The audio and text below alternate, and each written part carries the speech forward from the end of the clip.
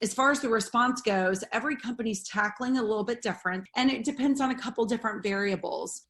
Don't conduct your analysis in isolation because data is so incredibly powerful.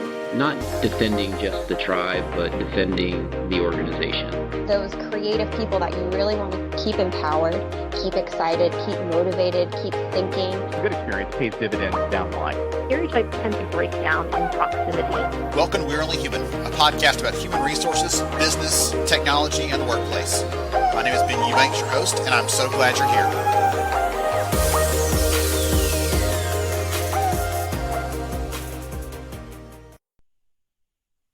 Hey everyone, it's Ben Eubanks, host of We're Only Human. I'm really glad to have you here. And I know a lot of companies right now are struggling. Some people are hurting. People are wondering what's next, what's happening, how they can kind of get a grip on what's happening. And so today I actually have a representative from Paycor here.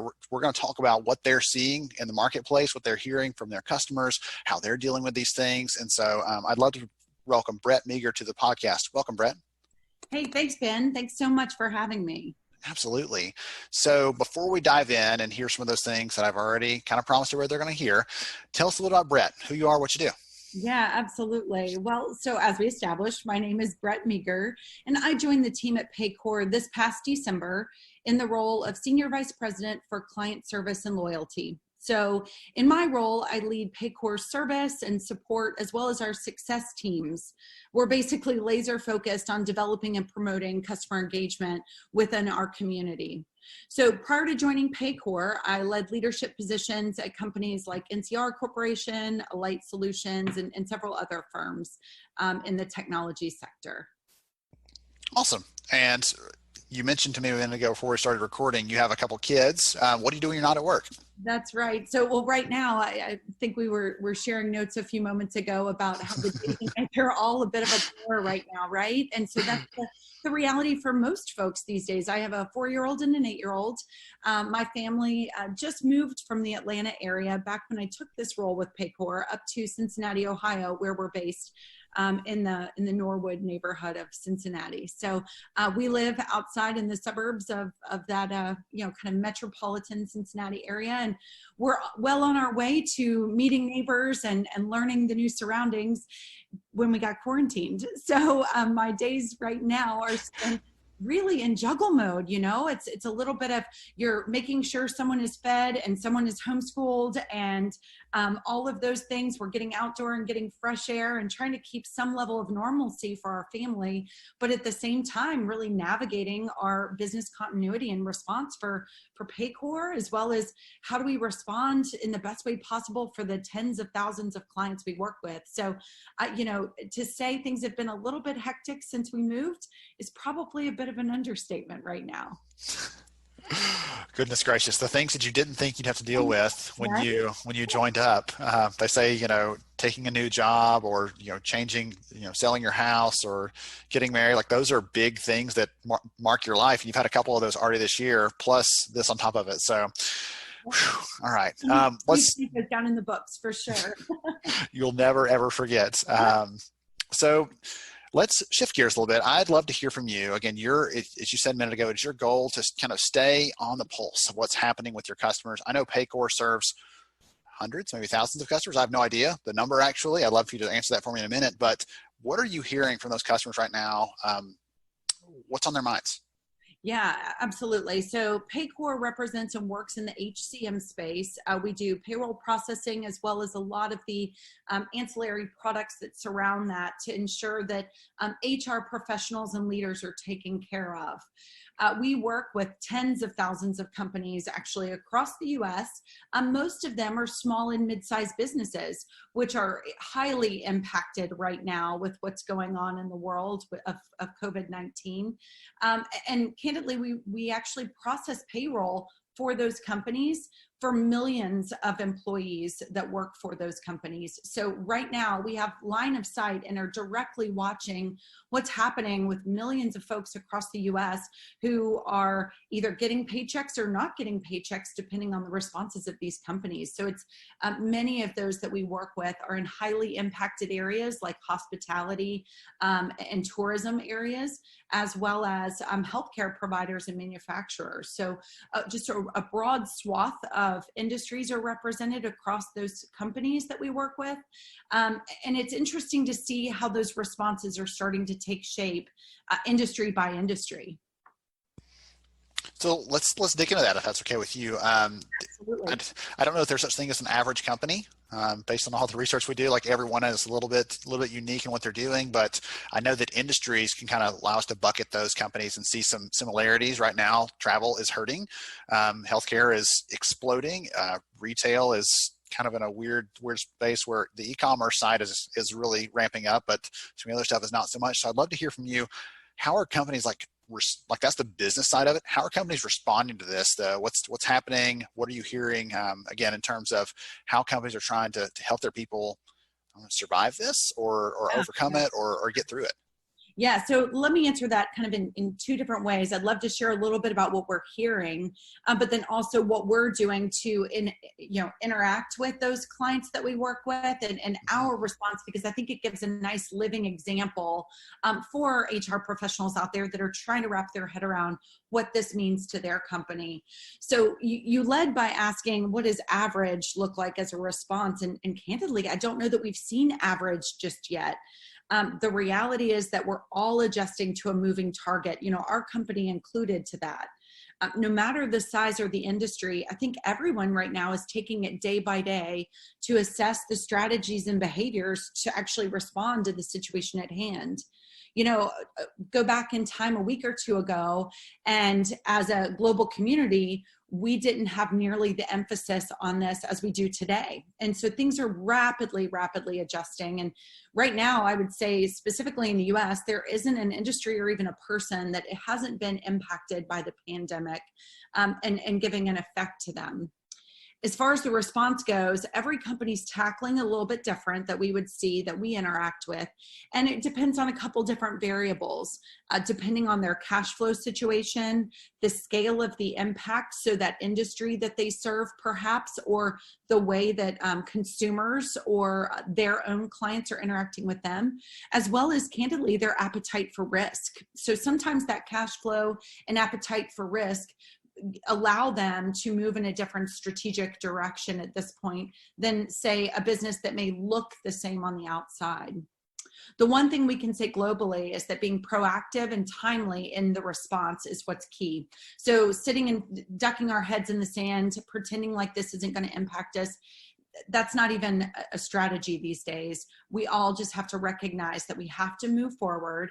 And not only do we have to move forward with a strategy, we have to communicate and bring others along with us.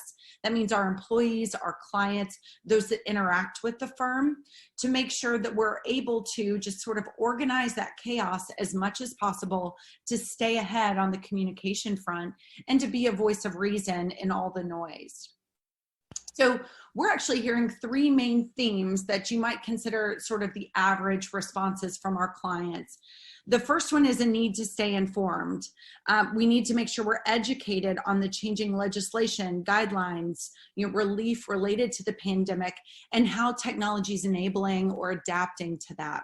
So we're getting a lot of calls into our contact center and into our teams of professionals every day asking, what exactly does that mean for me? Help me personalize what I'm hearing on the news as just an individual sitting in my own home, right? What does that mean to me as a business owner? Help me understand that and unpack that. So that's hugely powerful and hugely important right now. And again, a moving target.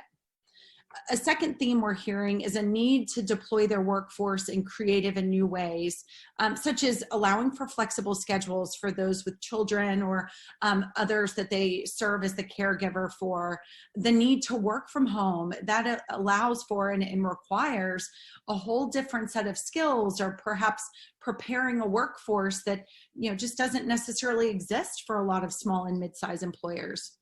I would say even for us, we run a contact center and support team of hundreds of associates, and we picked up and had to deploy them in a new way outside of an office. So it really stretched us to think creatively about how we use our telephony systems and how we use technology in new ways.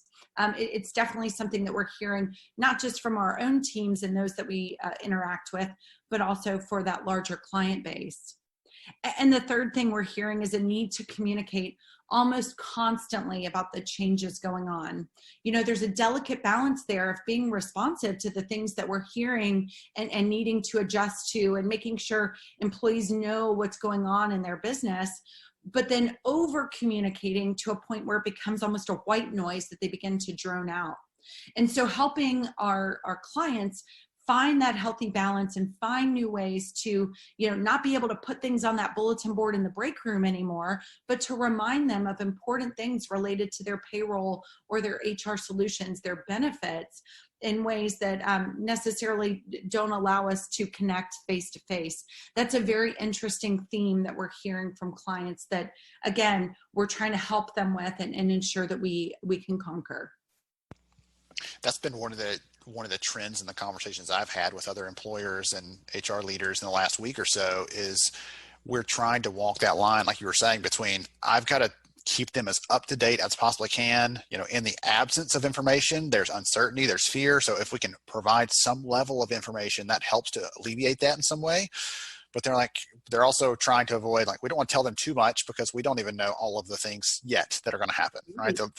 A new law is getting passed every day, it seems like. I'm trying to help support employers as we're going through this. And they're like, we need to make sure we understand and have everything ironed out and buttoned up before we start communicating some of those bigger, longer term things beyond this week, beyond today, so that we can make sure we have that stuff kind of in the right place. Absolutely. And I would say it even stretches beyond into sort of the business process side of things, right? The way that someone is having to do their work at home, if they're fortunate enough to be able to do that within their company, looks and feels a whole lot different than when they were sitting in an office connecting with one another, right? It's using different technologies to video chat or to leverage email or chatting in a different way. And so even that has brought up a new layer of noise almost to retrain associates to do some of the things they were doing before, but in a very different technology lens than perhaps they did when they were sitting in a small office environment together. And so, you know, it really is a fine line of communicating what we can that are sure things like the process changes, but recognizing that, hey, some of this is also a trial and a test on what works for our business and what doesn't, as well as those sort of macroeconomic climate, you know, changes that we have as far as legislation and things of that nature. So it definitely is a bit of an overwhelming topic when you think about it, but it allows us a lot of opportunity to connect in new ways and really drive our business forward if we take advantage of this and really take it on with a proactive lens, for sure. You know, as you're saying that, one thing kind of popped in my head is, for as long as I've been around this space, I have heard HR leaders, talent leaders saying, we want to be strategic. We want to be part, you know, of the business. We want to be partnered with the business. But they're always, for a lot of companies, they're still struggling, like, how do I do that? But this change has suddenly thrust the way we work and kind of them as a source of information into the forefront. You know, someone that's, you know, head of sales probably isn't in charge of how we're going to get all of our people remote and how we're going to support them and how we're going to take care of them. So HR now has kind of a platform that they didn't have before to be able to show their value, to demonstrate how they're supporting the business, and to demonstrate that those things they're bringing to the table, when they might have been doing the exact same kind of things in terms of communication and everything before. It just was maybe under a couple of layers of management or other things. And so now they have this platform that they can use to kind of share that. Does that sound logical? Absolutely. No time like the present, right? I would start by reminding our HR friends and leaders that candidly there is no reason to waste a crisis. And what I mean by that is this is the chance to shine as the thought leaders of the business. To exactly your point, where before there was a lot of noise or lots of decisions being made, this is a time where everyone in the business is turning and looking at the people leaders and to the HR professionals saying, help, what do we do? Don't you have a playbook for this?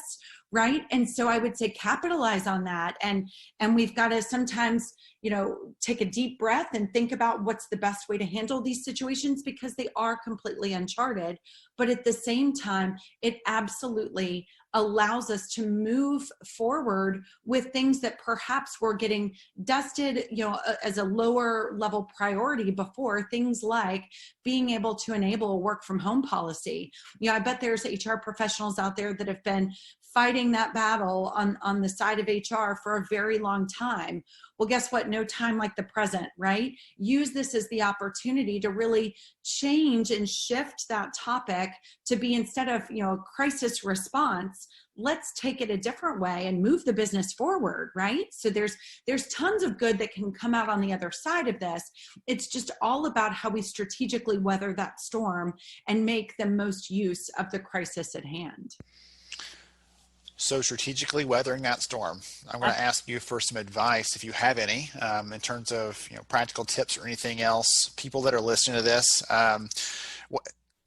while you think about that question, one of the things that's been in the back of my mind for the last week or two is I am generally plugged into what's happening in the broader world. I pay attention to the news in terms of our industry. I've watched social media. I'm connected to a bigger community, but I know a lot of people in our space are not as connected in. And so they're the ones that when this all started happening, I'm like, I wonder how they're going to, respond to this, what they're going to do, how they're going to survive.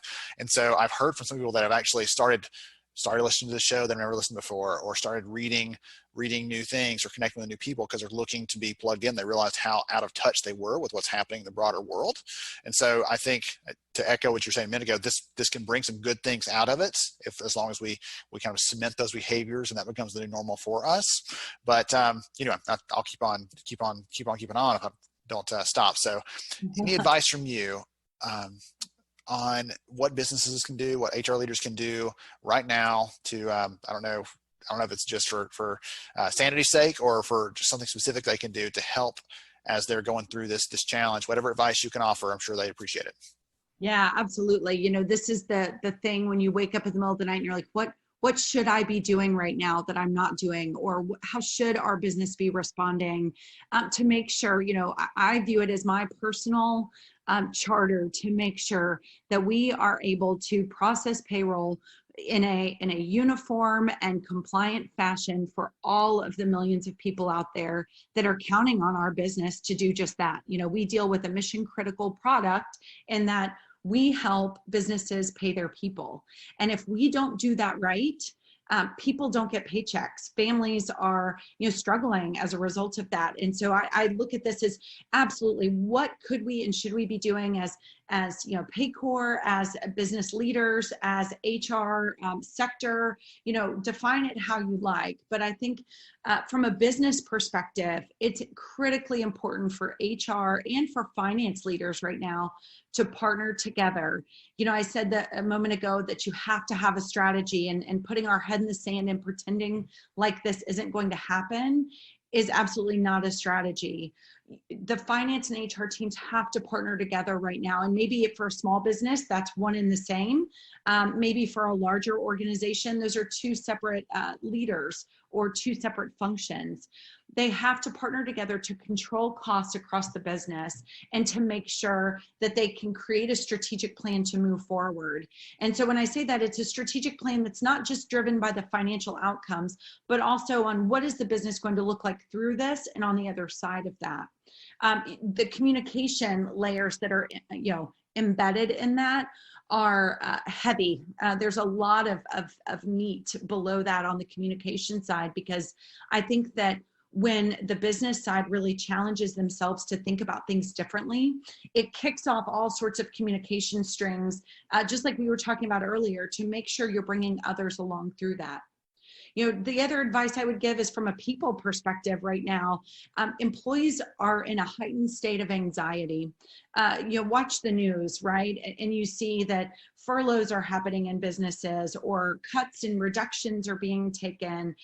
Businesses are not able to operate in this environment. And that's a really unfortunate side effect of what's going on. And we know that over time it will be eased and recover. But right now is a time where we have to make sure that we're keeping the people motivated and at ease with high team morale as much as possible.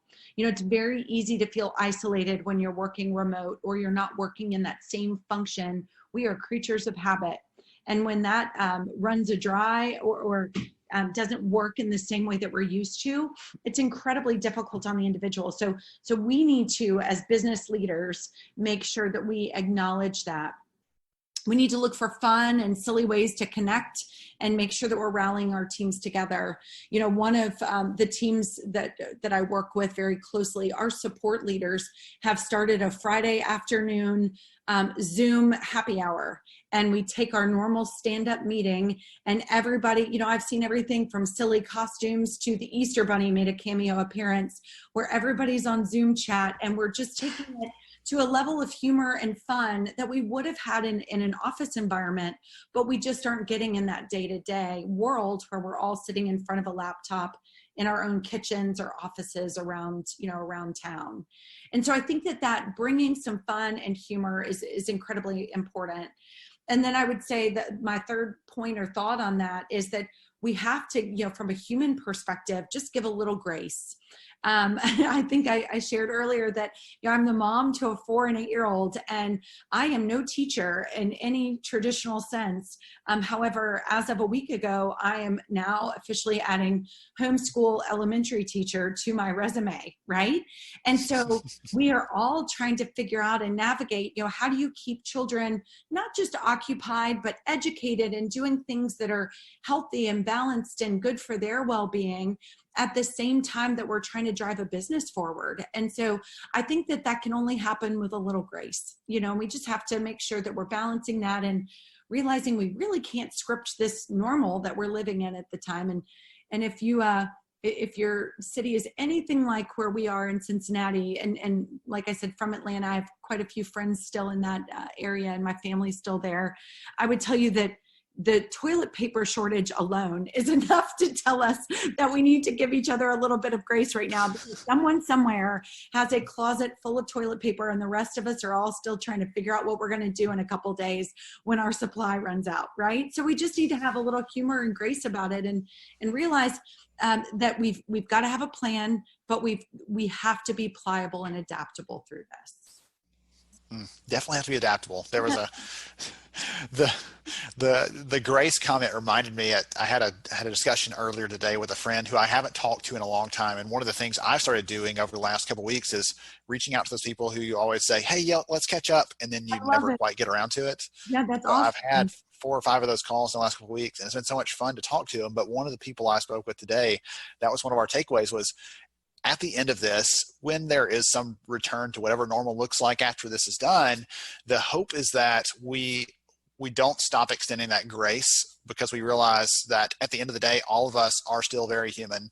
It's easy to forget those things when someone shows up in the office and that they're that work person that and they're the bundle of skills that you've hired. But at the end of the day, they're still a person. And I think that ties in really well, not just the having some humor, the advice you gave there, but also the pieces we talked about all through the conversation today, where there are some people who are worried about their pay and other things. And don't forget that aspect of we're all human. We all have these basic things that at the end of the day, if we don't have those, we're worried about.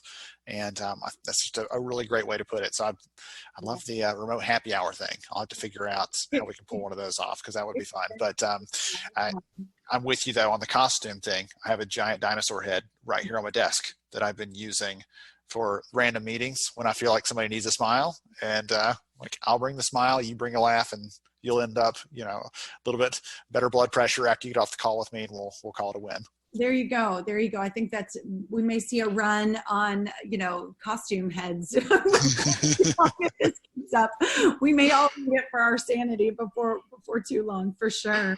Oh, goodness. Brett, this has been so insightful, so helpful. I really appreciate you taking some time for us today. If someone wants to connect with you or learn more about what Paycor is doing in general, or how you're responding to this for your customers, what's the best way to do that?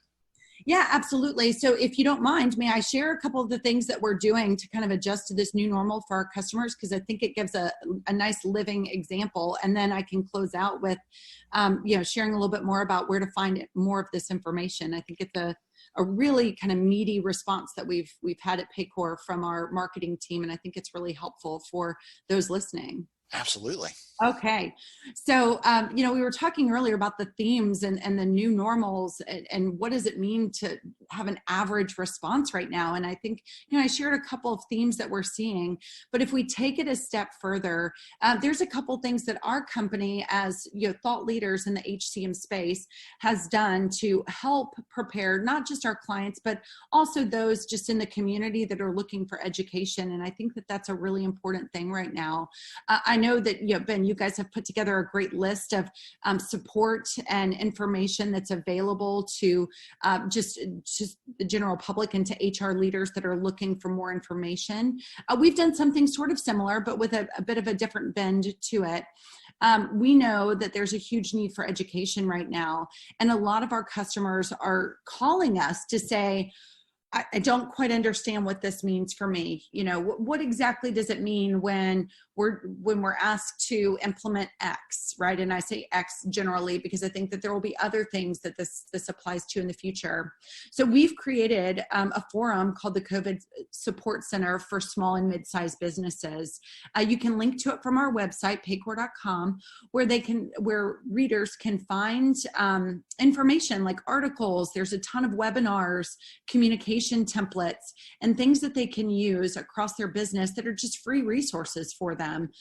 It's tons of thought leadership. A lot of hours have gone into this from many, many professionals across the industry that can help business leaders, specifically in small and mid-sized companies, either find a template to use that helps them communicate better with some of these situations that we talked about today, or also just find some more thought leadership to challenge them to think about things in a new way.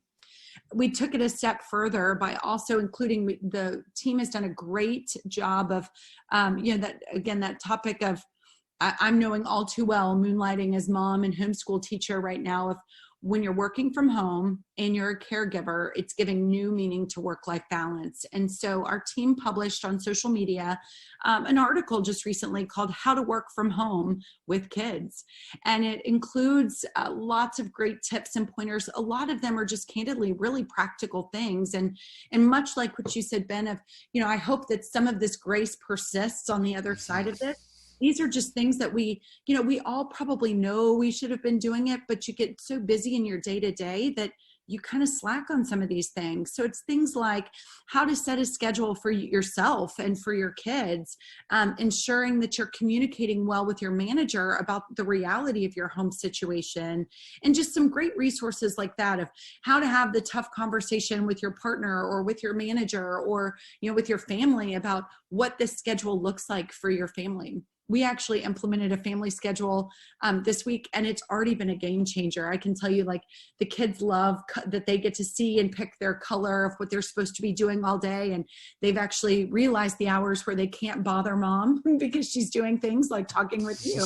And so it's actually, knock on all the wooden things, it's actually working. They haven't come in today. So, we know that these things are all good best practices. And, I just think that they're really helpful tips for everyone working in these non-normal situations right now. And then lastly, I would just share that on the product front, we were a first mover on some feature changes that allowed for the response to some of the new legislation and aligning our product to support the Families First Coronavirus Response Act. Try saying that 3 times fast, by the way, to help our clients manage all of the changes, including like the earning and accrual codes for tax credit tracking. And we've worked really swiftly to add some new functionality within our application to allow HR leaders to mass communicate with their team with push notifications. So just some great things there. Again, it's sort of challenging all of us. And I would say from a product perspective, we're absolutely taking full advantage of the crisis by rolling out some features that, push notifications is a great example of one that we probably would have eventually gotten to, but it wasn't the top of the heap, coolest, priority for our product team to work on. But there became a new market demand, and we were able to, push that forward, and we're launching that this week. So it's really exciting stuff just to see how quickly teams are able to, align themselves to a priority, jump on a new problem statement that didn't exist a couple days ago, and really rapidly iterate and respond. And so I just think that really speaks volumes to what we can do when we put our minds to it and focus on having a strategy forward and making sure that we're taking this in stride, recognizing that no one planned for it, but we all have to respond to it.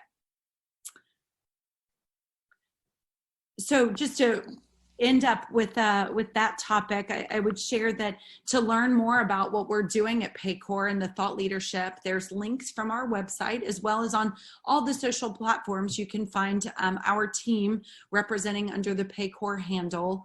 It's a big orange logo, so if you get lost or confused, just look for the sort of sideways chevron in orange, and that's us. So lots of thought leadership going in on LinkedIn and on Twitter and on all of the social networks for that regard. I personally am on LinkedIn at Brett Meager, and you can follow me there, and we can friend up, and you can send any questions that way if there's any more advice or information that I can share about what we're doing at Paycor or how we are helping small businesses. All right, perfect. That's exactly what I was hoping for, and I love that you shared that. I'm going to go read the How to Work from Home with Kids for any other tips or advice or secrets that I might not know. Just when you think you know it all, someone else has another like super amazing tips. You're like, I never knew that, but that would change my life. So I'm going to make sure and dig into that one too.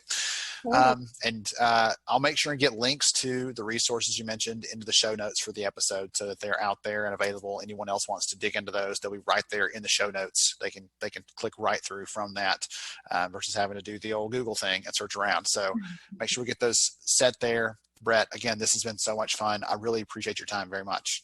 Yeah, absolutely. Thank you so much for having me, and hang in there the next few weeks. I hope to bump elbows with you sometime soon on the other side of this. Awesome. Thank you very much. To everybody else, this has been another episode of We're Only Human. Stay safe out there, and we'll catch you next time. Thank you so much for joining me on the show today. I'm honored to have you as a listener. If you enjoyed this episode, please take 10 seconds to rate it at iTunes, Stitcher, or wherever you listen to your podcast. Also, if you know a friend that could benefit from today's conversation, please pass it their way. After all, a rising tide lifts all ships. To see show notes, sponsor information, and our full show archives, visit onlyhumanshow.com.